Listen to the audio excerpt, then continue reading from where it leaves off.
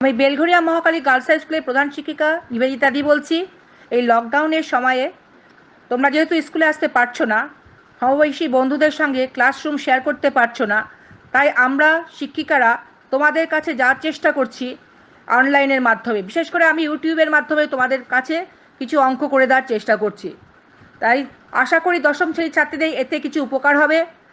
গত অধ্যায়ে আমি ক্লাস 10-এর ছাত্রীদের রেশিও, প্রপোর্শন অর্থাৎ অনুপাত এবং সমানুপাতের কিছু অঙ্ক সলভ করে দিয়েছিলাম আর্টিকেল 5-এর। এখন এই চ্যাপ্টারে আমি আর্টিকেল 5.1-এর রেশিও সমানুপাতের আরও কিছু অঙ্ক সলভ করে দিচ্ছি। 1 নম্বর অঙ্ক, a:b = 6:7, b:c = 8:7 হলে a:c নির্ণয় করতে হবে। যেহেতু a/b = 6/7, b/c = 8/7, a/b × c, b/c করলে কাটাকুটি করে দেখতে পাচ্ছি a/c হচ্ছে 48:49। যেহেতু ভগ্নাংশের আকারে উত্তর চাইনি, অনুপাতের আকারে চেয়েছে, অনুপাতের আকারেই উত্তরটা লিখতে হবে।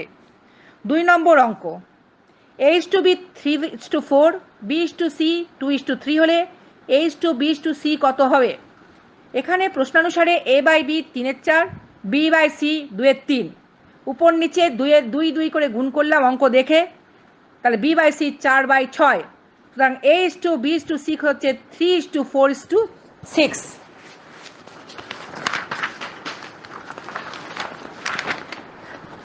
3 নম্বর অঙ্ক, a:b = 2:3, b:c = 4:5, c:d হচ্ছে 6:7, a:d কত? a/b পেলাম, b/c পেলাম, c/d পেলাম।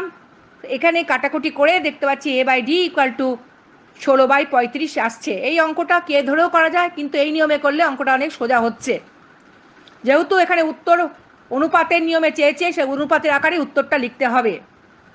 4 নম্বর অঙ্ক, p:q = 5:7 হলে p - q = -4 হলে 3p + 4q এর মান কত? এখানে p/q 5:7, অঙ্কটাতে দেখতে পাচ্ছি p - q এর ভ্যালু দেওয়া আছে, তাই জন্য আমি বাম পক্ষে 1 মাইনাস করেছি, করে আমি p - q এর ভ্যালু বসিয়েছি, করে q এর একটা ভ্যালু পেয়েছি। দুটো আননোন, দুটো ইকুয়েশন, q এর ভ্যালু পেয়ে গেলে p এর ভ্যালু অটোমেটিক্যালি আমি বেরিয়ে আসছে। p এবং q এর ভ্যালু পেয়ে গেলে 3p + 4q এর মানও সহজেই পেয়ে যাচ্ছি ক্যালকুলেশন করে। এই অঙ্কটা তোমরা অন্য নিয়মে সোজা নিয়মে করতে পারো, 7p = 5q বা p = 7pq/7 করেও করতে পারো, কিন্তু অঙ্কটাতে এভাবে করলে ক্যালকুলেশনটা একটু ইজি হয়।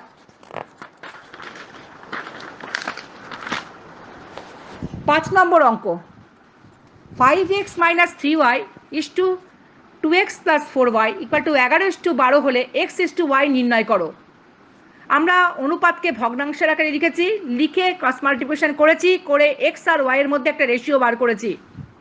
রেশিও বার করলে x/y 40:19 হয়েছে। উত্তর আলাদা করেই লিখবে, সুন্দরভাবে উত্তর আলাদা করে লিখবে। 6 নম্বর প্রশ্ন, a এবং b বৈষম্যানুপাত মানে অনুপাতের বিপরীত, এর উভয় প্রত্যেক থেকে কত বিয়োগ করলে তা m/n হবে? এখানে মনে করি উভয় পদ থেকে x বিয়োগ করতে হবে, তাহলে x বিয়োগ করে সলভ করলে আননোন ভ্যালু xটাকে বার করেছি, উত্তর বেরিয়েছে mb - na/m - a।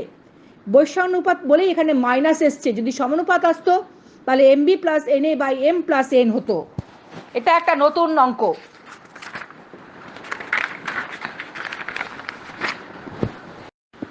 7 নম্বর অঙ্ক, ধনাত্মক সংখ্যাগুচ্ছের মধ্য সমানুপাতের নির্ণয় করতে হবে। x³ এবং xy³, ধরি মধ্য সমানুপাতি m, সুতরাং x³ m/m/xy³, এটা সমানুপাতির চিহ্ন।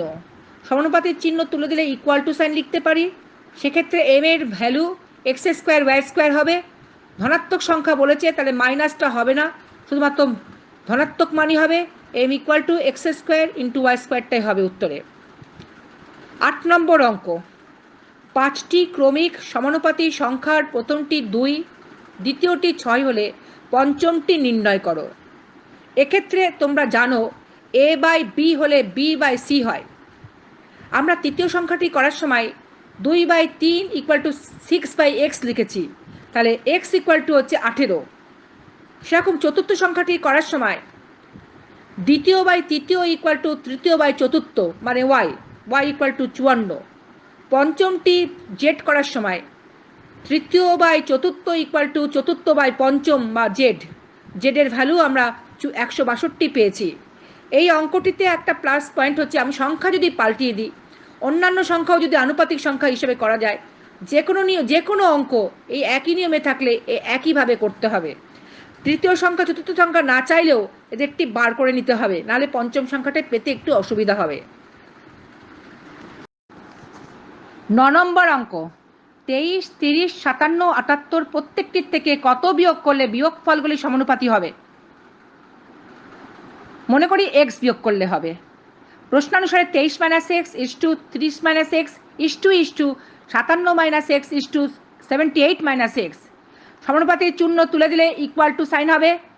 সেটা থেকে সলভ করলে এক্স স্কোয়ার উভয় থেকে কেটে যাচ্ছে, এক্সের একটা সুন্দর ভ্যালু পাওয়া যাচ্ছে 6।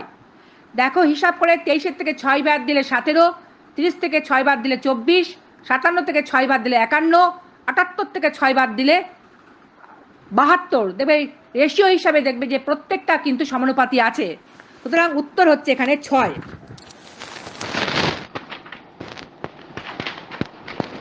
এই চ্যাপ্টারের শেষ অঙ্ক পি কিউ আর এস প্রত্যেকটির থেকে কত বিয়োগ করলে বিয়োগফলগুলি সমানুপাতি হবে। ধরি এক্স বিয়োগ করলে বিয়োগফলটি সমানুপাতি হবে, তাহলে P minus x is to Q minus x is to R minus x is to S minus x. সমানুপাতি চিহ্ন তুলে দিয়ে ইকুয়াল টু সাইন লিখলাম। এখানেও এক্স স্কোয়ার কেটে গেল, এখানেও এক্স এর ভ্যালু পেলাম P S minus Q R by P plus S minus Q plus R. এই চ্যাপ্টারে আমি মাত্র 10টা অঙ্ক সলভ করে দিয়েছি। অনুরূপ অঙ্কগুলো একই ধরনের অনেক ছোট ছোট অঙ্ক দেখেছি আছে, তোমরা অন্য অঙ্কগুলো সলভ করবে। বিদ্যালয় খোলার পরে, স্কুল খোলার পরে আবার দিদিদের দিয়ে দেখিয়ে নেবে। একই নিয়মে অঙ্ক যেহেতু বেশি করালাম না, যত নিজে অঙ্ক করবে ততই তোমার মজা পাবে অঙ্কের। অঙ্ক যত নিজে সলভ করতে পারবে, কারণ এই চ্যাপ্টার এই অঙ্কের সবচেয়ে সুবিধা হলো একবার যদি বুঝে বুঝে অঙ্কগুলো করতে পারো, জীবনেও কিন্তু দুবার পড়তে হয় না। আর যে কোনো অঙ্ক সলভ করতে, পরীক্ষার হলে বসতে কনফিডেন্স লেভেল এমন গ্রো করে যে কোনো অঙ্কটাকেই কঠিন বলে মনে হয় না। সুতরাং অঙ্ক শেখার আগে ভালো করে নিয়মগুলো শিখবে এবং ভালো করে লাইন বাই লাইন বোঝার চেষ্টা করবে। না বুঝে একটি লাইনও মুখস্থ করবে না। মুখস্থ করা জিনিসটা অত্যন্ত খারাপ। বোঝাটা যেমন ভালো, মুখস্থ করা জিনিসটা অত্যন্ত খারাপ। এই জিনিসটাকে অ্যাভয়েড করবে। বুঝে বুঝে শিখলে, একবার পড়লে সারা জীবন সেটা পাথে হয়ে থাকবে। তোমরা ভালো থাকার চেষ্টা করবে। লকডাউনের পিরিয়ডে আমরা তোমাদের এভাবে কাছে যাওয়ার চেষ্টা করছি, বিভিন্ন অ্যাঙ্গেলে অডিও ভিজুয়াল করে বা ইউটিউবের মাধ্যমে বা আরও কিছুর মাধ্যমে আমরা তোমাদের কাছে যাওয়ার চেষ্টা করছি। তোমরা stay healthy and stay home, stay safe, সব থাকবে, বাড়িতে থাকবে, বাবা মার কথা শুনবে, ভালো থাকবে, পড়াশোনা করবে। বিদ্যালয়ের মান যেন এই লকডাউনের পিরিয়ডে নেমে না যায়। লকডাউনের জন্য তোমাদের যে ক্ষতি হচ্ছে সেটা আমরা এভাবে পূরণ করার চেষ্টা করছি। এতে হয়তো ভার্চুয়াল ক্লাস হচ্ছে, অ্যাকচুয়াল ক্লাস হচ্ছে না, তোমাদের ক্লাসরুম টিচিং হচ্ছে না, কিন্তু আমার মনে হয় দুধের স্বাদ কিছুটা ঘোলেও মেটে। তোমরা ভালো থাকবে আর অঙ্কগুলো ফলো করবে। আর নিজের self teaching is the best teaching. Parents are the best teacher, self teaching is the best teaching. আমি এখনও সেটা বিশ্বাস করি। নিজে যতটুকু পড়বে ততটুকুই লাভ হবে। হ্যাঁ, ভালো সঙ্গের সবসময় লাভ হয়, সেটা সবসময় নেওয়ার চেষ্টা করবে। খারাপ দিকে যাবে না। অল্প বয়স, সবসময় বাবা মার কথা শুনে কাজ করবে, ভালো থাকার চেষ্টা করবে। আর দিদিরা যা পড়াচ্ছেন সেগুলো ফলো করবে। ভালো থাকবে।